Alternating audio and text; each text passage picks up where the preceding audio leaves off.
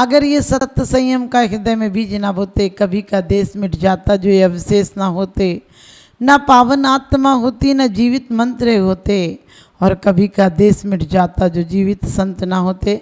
ऐसे परम पूज्य प्रातः स्मरणीय गुरुदेव आचार्य सुमत सागर जी महाराज की जय। परम पूज्य प्रातः स्मरणीय गुरुदेव आचार्य वर्धमान सागर जी महाराज जी की। परम पूज्य प्रातः स्मरणीय गुरुदेव आचार्य सन्मत सागर जी महाराज जी की जय। परम पूज्य प्रातः स्मरणीय गुरुदेव आचार्य ज्ञान सागर जी महाराज जी की जय। आज हमें खुशियों का उपवन लगाना है, आज हमें खुशियों का उपवन लगाना है, सत्य और अहिंसा का विगल बजाना है। महावीर के सिद्धांत घर घर में आए, इसलिए आज से हमें सत्य को अपनाना है। जहाँ सत्य होता है वहाँ सत्य की जीत होती है, क्योंकि कहते हैं सत्यम शिवम सुंदरम। सत्य शिव भी है, सत्य सुंदर भी है, और सत्य जीवन में स्थायी भी है।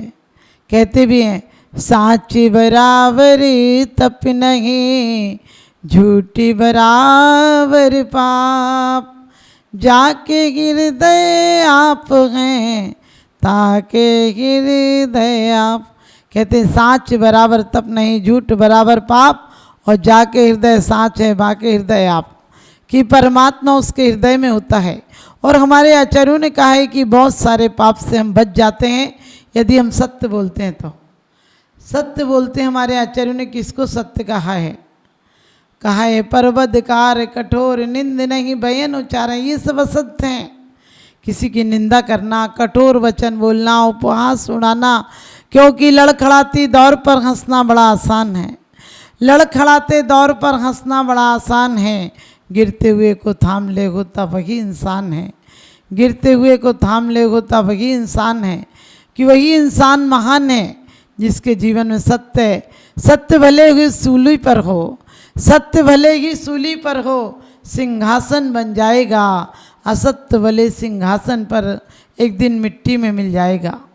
आज हम पढ़ते भी हैं बस झूठ से तीन नरक पहुँचा, स्वर्ग में नारद गया। वचन में कैद रहने की ये आदत बदल डालो, वचन को कैद रहने की ये आदत बदल डालो। वचन धर्म के खातिर अपना बदल डालो, क्योंकि धर्म की रक्षा होती हो तो तुम्हारा असत्य भी सत्य की कोटि में आता है, और धर्म की हानि होती है, तुम्हारे व्रतों की हानि होती है, तुम्हारे परिवार की हानि होती है, और तुम्हारा विद्वेष बढ़ता है, कलेश बढ़ता है, संक्लेश बढ़ता है। तो वो सत्य भी असत्य की कोटि में लिया है। आचार्यों ने कहते भी हैं काणे से काणा कहो तो जे है वो रूट, काणे से काणा कहो तो जे है वो रूट, धीरे धीरे पूछ लो भैया कैसे गई थी फूट।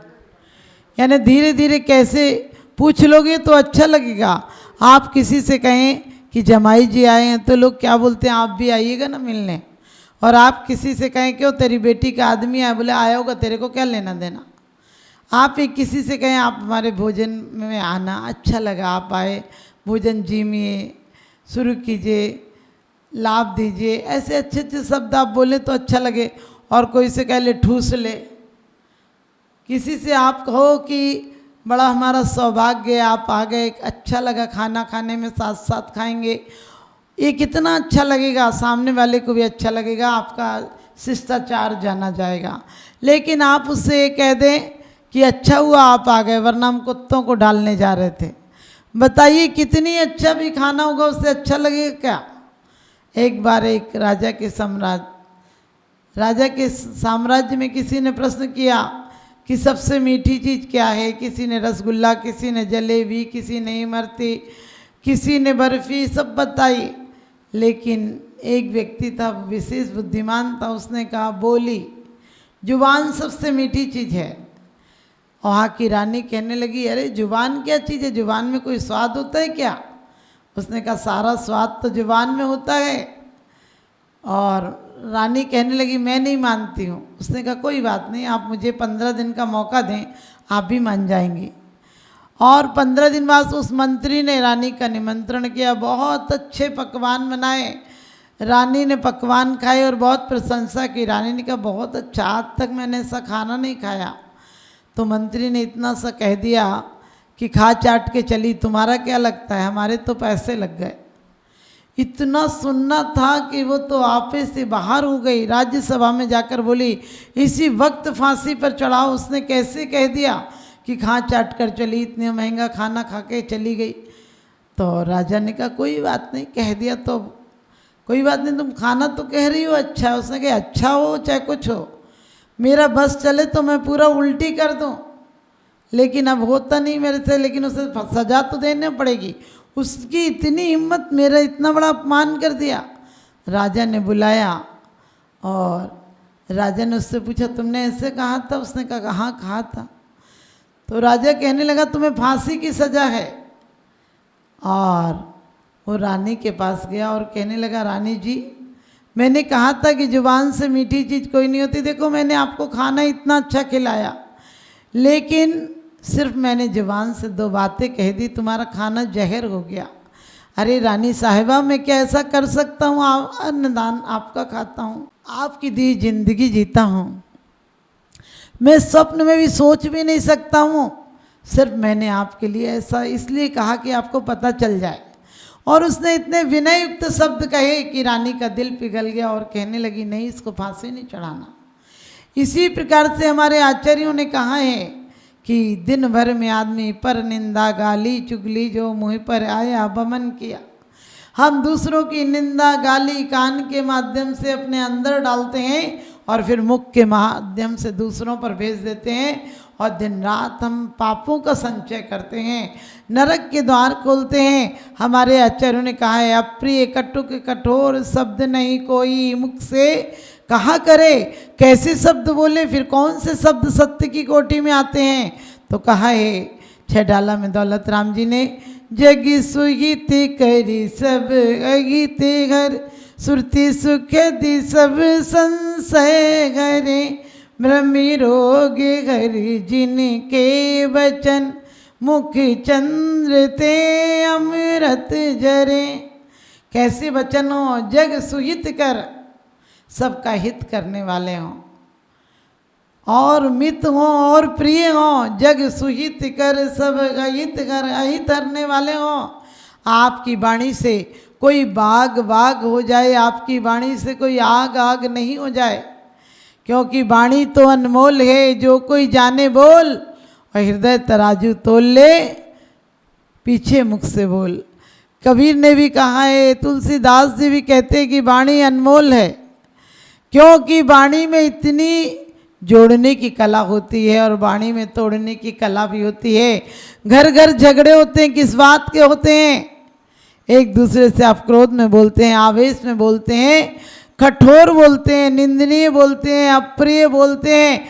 और कहा भी है कि लड़ाई की जड़ हंसी और रोग की जड़ खांसी, और शक्ति कम और गुस्सा ज़्यादा लक्षण हैं पिट जाने के, और आमन थोड़ी खर्चा ज़्यादा लक्षण है मिट जाने के। आपने देखा होगा कभी बोली के माध्यम से आपके सफ़र में मुसाफिर भी अपने हो जाते हैं, और कभी बोली के अपमान से अपने भी बेगाने हो जाते हैं। परिवार में क्या होता है, जब बहू आती है तो चंद्रमुखी होती है, क्योंकि शादी के पहले वो बहुत अच्छी बातें करती, सबसे रहने दीजिए, मैं उठा लूँगी, आप आइएगा, मिलिएगा, बड़े प्यार से बोलती है, सबके काम करती है।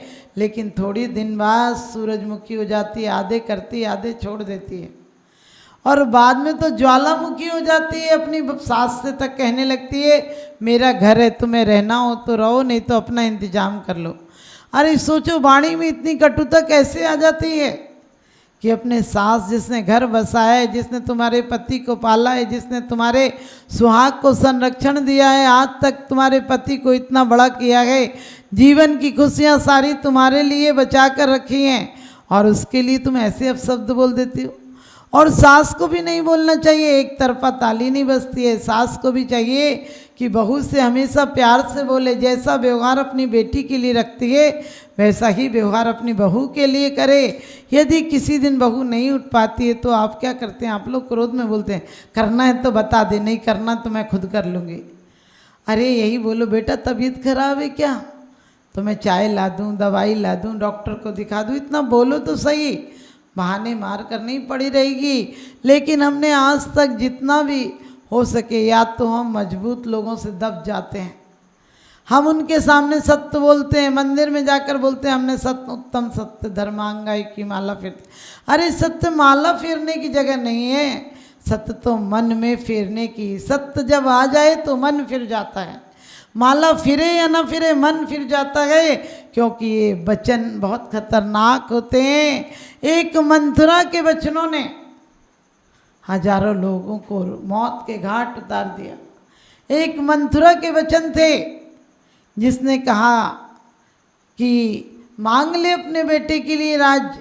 अरे कौन होता है किसका, तू अभी तो देख, तेरे पति ने कैकेयी कितना प्यार करती थी, कैकेयी इतना प्यार करती थी कि पूछो मत। लेकिन उसने क्या कहा कि देख कैसे धोखे से भरत को मामा के घर भेजा गए और राम की राज्य की योजना बनाई है। उसने कहा भी था कि कौशल्या तो मुझे बहुत दीदी बहुत चाहती हैं। उसने कहा अरे अभी चाहती है ना, मिट्टी की सौत भी बुरी होती है, तू क्या जानती है, अभी तुझे राम मामा करते हैं, लेकिन जिस दिन राम राजा हो जाएंगे उस दिन तुझे कौन पूछेगा, पड़ी रहना एक कोने में। और कौशल्या जिधर से जाएगी उधर से राजमाता के जयकारे गूंज जाएंगे।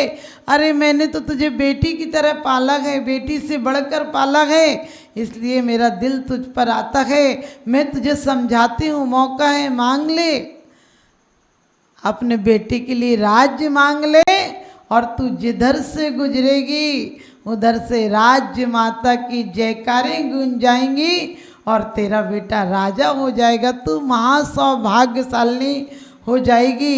लेकिन कहते हैं हवस अरमान इंसा के, हवस अरमान इंसा के कभी पूरे नहीं होते, अगरचे दिल से इसका मुद्दा निकले तो अच्छा है। जिंदगी के मंडप में हर खुशी कुंवारी है, जिंदगी के मंडप में हर खुशी कुंवारी है, यहाँ कौन किससे मांगने जाए, हर कोई भिखारी है। एक वाणी की मंथरा की जुबान के जगर ने दरार डाल दिए तो संस्कार थे। भरत की माँ राम का पक्ष लेती थी, राम की माँ भरत का पक्ष लेती थी, इतना प्यार था। और वो संस्कार माताओं के थे कि बेटा भरत राज्य में रहते हुए भी राजा नहीं थे, वैरागी थे। भाई की चरण पादुका रखकर उन्होंने राज्य किया था। ऐसा आदर्श राजा दूसरा नहीं हुआ भारत में, जो घर में रहकर भी सन्यासी की तरह रहा हो। सीता ठीक है पत्नी की तरह पत्नी धर्म निभाने के लिए साथ गई थी, लेकिन उर्मिला का त्याग भी देखो कि पति को सहर्ष भेज दिया और एक सन्यासिनी की तरह जीवन व्यतीत किया। ये हमारे भारत की नारियां ऐसा कर सकती हैं, लेकिन भारत की नारियां कभी कभी जरा सी जुबान फिसल जाए तो घर में महाभारत करा देती हैं। और जुबान पर कामयाब रहें, जुबान पर कमान रहे तो घर में महाभारत नहीं महान भारत बना देती हैं। वो मंगल कलश भी बना देती हैं घर को, और कुल्हड़ भी बना देती हैं, चिलम भी बना देती हैं जो जलती है और जलाती है। आज अपनी बेटियों को आप सहनशीलता नहीं सिखाते हैं।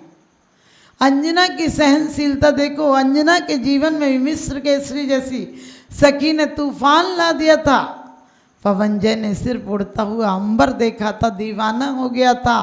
3 दिन की सब्र नहीं थी, 3 दिन बाद वो उसकी हो जाती, पत्नी हो जाती, सर्वस्व अपना निछावर कर देती। लेकिन 3 दिन की आज की तरह नहीं कि फ़ोनों के इतने बिल बन जाते हैं, दिन रात बकवास करती है कि माँ बाप भी सोचते भलाई टले तो अच्छी है।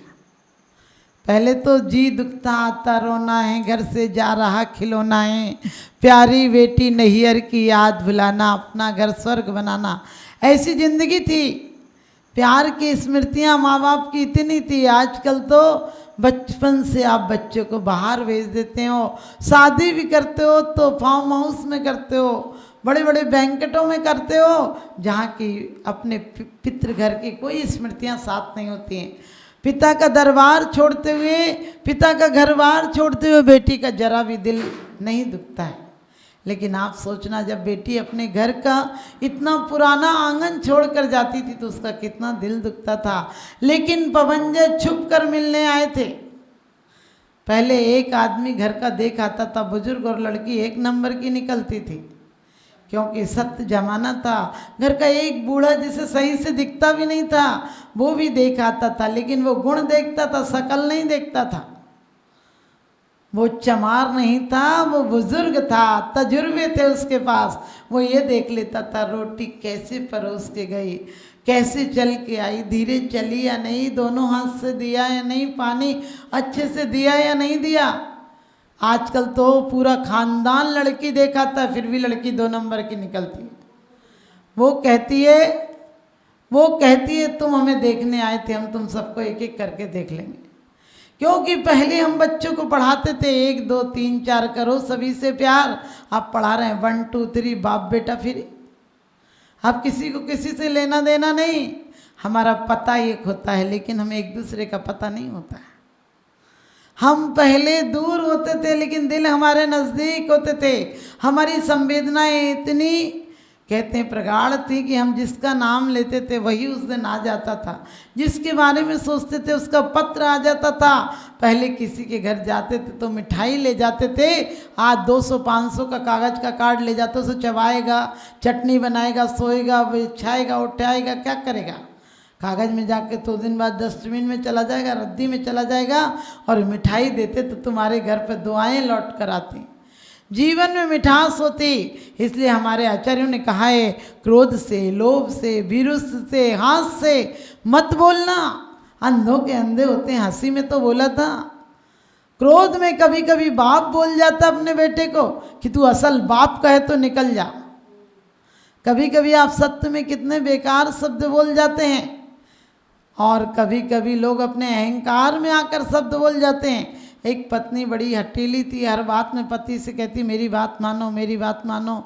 एक आध बार पति ने मना सा कर दिया तो एक दिन बीमारी का बहाना ले लिया, और उसके बाद पति ने कहा क्या हो गया। बोले मुझे सपना आया है कि तुम्हारी माँ यदि बाल मुड़ाकर सुबह सुबह मुझे दिखेगी तो मैं ठीक हो जाऊंगी।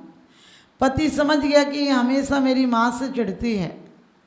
उसने कहा ठीक है, क्योंकि पति हमेशा कहता था, पति भी चालाक था, पति हमेशा कहता था कि देख मैं ऐसा फ़र्क नहीं करता, तू बेकार बात बोलती है।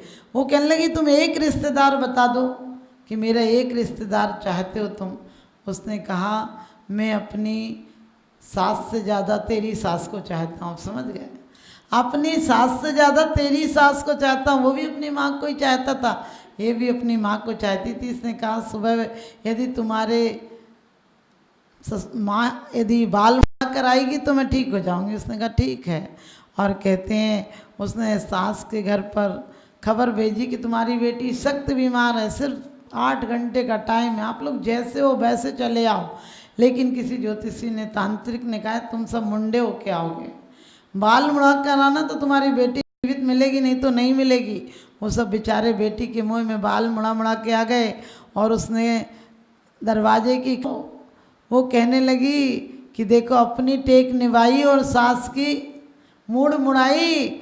पति बोला ठीक से देख लुगाई, माई मेरी नहीं तेरी माई।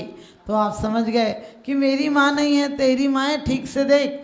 इसलिए कभी भी किसी को क्रोध में, लोभ में, यमपाल चांडाल की पत्नी ने क्या किया था, लोभ में ही तो कह दिया था कि वो तो बाहर गए हैं और इशारे से कह रही थी अंदर है। विरुष में, भय में कभी कभी बच्चे झूठ बोल जाते हैं। आपने देखा हो एक माँ ने बच्चे से कहा तुमने रसगुल्ले खाए, बोले नहीं खाए। बोले झूठ बोलते हो, तुमने खाए, बोले नहीं खाए मम्मी। मम्मी बोली बहुत पीटेंगे, बता सही में तूने खाए, तेरे अलावा कोई आया नहीं। बोले नहीं खाए मम्मी।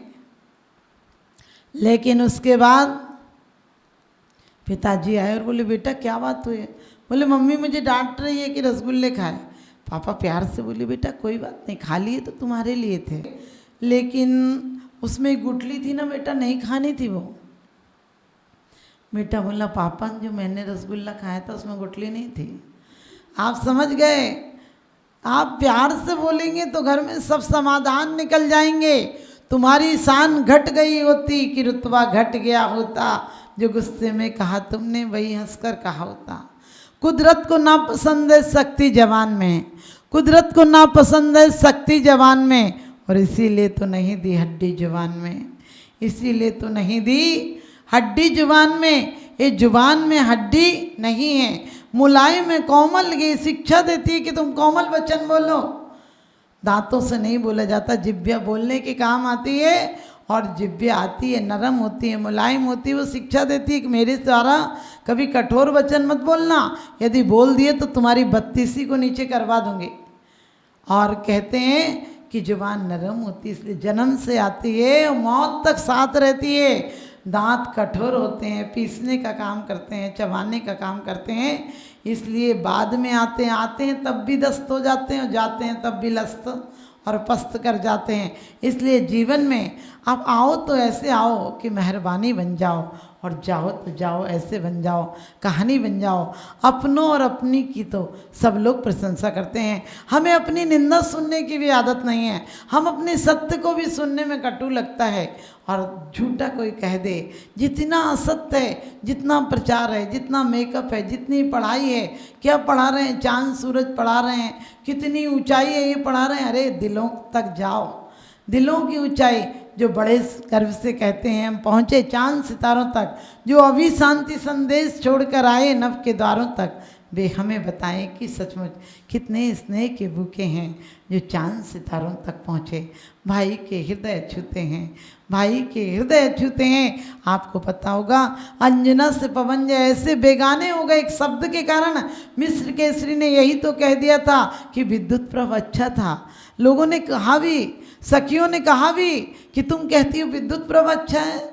अरे विद्युत प्रभ सन्यासी हो जाएगा, और कोई की पत्नी का भी पति यदि सन्यासी हो जाएगा, वो ग्रस्त जीवन में कैसे रह पाएगी। लेकिन अंजना वो अदब से चुप थी, वो अदब से चुप थी, गुनाहगार की तरह, और उसकी जबान चल रही थी तलवार की तरह। वो उन ख्यालों में खोई थी कि अभी क्या कहूँ, बाद में जवाब दूंगी। पवंजय के ख्यालों में खोई थी, पवंजय छुप कर सुन रहे थे और कहने लगे ये मेरा अपमान सुन रही है, ये शायद उसे चाहती इसलिए कोई जवाब नहीं दिया। इतनी सी बात, जरा सी बात, पूर्व जन्म की 22 घड़ी छुपाई हुई प्रतिमा का इतना प्रतिफल मिला कि उसे 22 घड़ी पति से दूर रहना पड़ा। और समता और धैर्य देखिए, क्योंकि भारत की नारी में बहुत धैर्य की पराकाष्ठा होती है। सीता ने एक अपशब्द नहीं कहे, राम को निकालने धोखे से निकाल दिया, लेकिन फिर भी कहा कि आप मेरे पतिदेव से निवेदन करना, मुझे छोड़ दिया, सत्य और धर्म को ना छोड़ दें। और अंजना ने इतने साल रहने के बाद एक शब्द पति से नहीं कहा। उल्टे पति जब जाने लगे तो आरती का थाल लेकर, मंगल थाल लेकर आई थी, मंगल कामना करने के लिए, विजय लक्ष्मी लेकर लौटो, ऐसी शुभ भावनाओं से आई थी। लेकिन उसके बाद भी पवंजय लात मार कर जाते हैं तो भी कहती कम से कम आज तुमने स्पर्श तो किया। और उनका हृदय परिवर्तन होता है, मानसरोवर पर लौट कर आते हैं और झुकने लगते हैं तो कहती है मैंने पहले पाप किए होंगे जिसका परिणाम होगा है। मैंने ननद को तेज बोला, मैंने भांजे को डांटा, मैंने पति की अवज्ञा की, मैं ससुर की कभी अवहेलना की, कभी जिन धर्म की अवहेलना की, उसका परिणाम आज भोग रही हूँ। मुझे और मत डालिए, मेरे कर्मों का फल था। और आप सबको पता है कि वो मधुर शब्द अंजना के पवंजय को फिर से दीवाना कर देते हैं। और जब लौट कर आते हैं युद्ध से, अंजना को नहीं पाते हैं तो अपने माँ बाप से कहते हैं कि मेरे आने तक आपने इंतजार किया होता। इतनी मर्यादा थी कि रामचंद्र जी जब अयोध्या गए थे तो आपको पता होगा ये नहीं कहते थे कि सीता कहाँ हैं, जगह जगह पर आपने सुना होगा ये कहते थे कि भामंडल भगनी कहाँ हैं, जनक नंदिनी कहाँ हैं। पहले बाप और भाई को इज्जत मिलती थी, आजकल की बेटियां लड़की हो गई, लड़ाई की हो गई। यानी जरा जरा सी बात में कह के तो देखो ज्वालामुखी की तरह उबलने लगती हैं। अपने बेटियों को यदि मंगल कलश बनाकर भेजना है तो बेटियों को सहनशील बनाओ और शांत बनाओ। उनकी प्रवृत्तियां बचपन से, उनकी हर ख्वाहिशें पूरी मत करो, वरना वो पति से भी यही चाहेंगी। हर बात आप उनकी पूरी करेंगे, उनके जीवन को आप अभिशप्त बना देंगे, उनके जीवन को आप जहर घोल देंगी।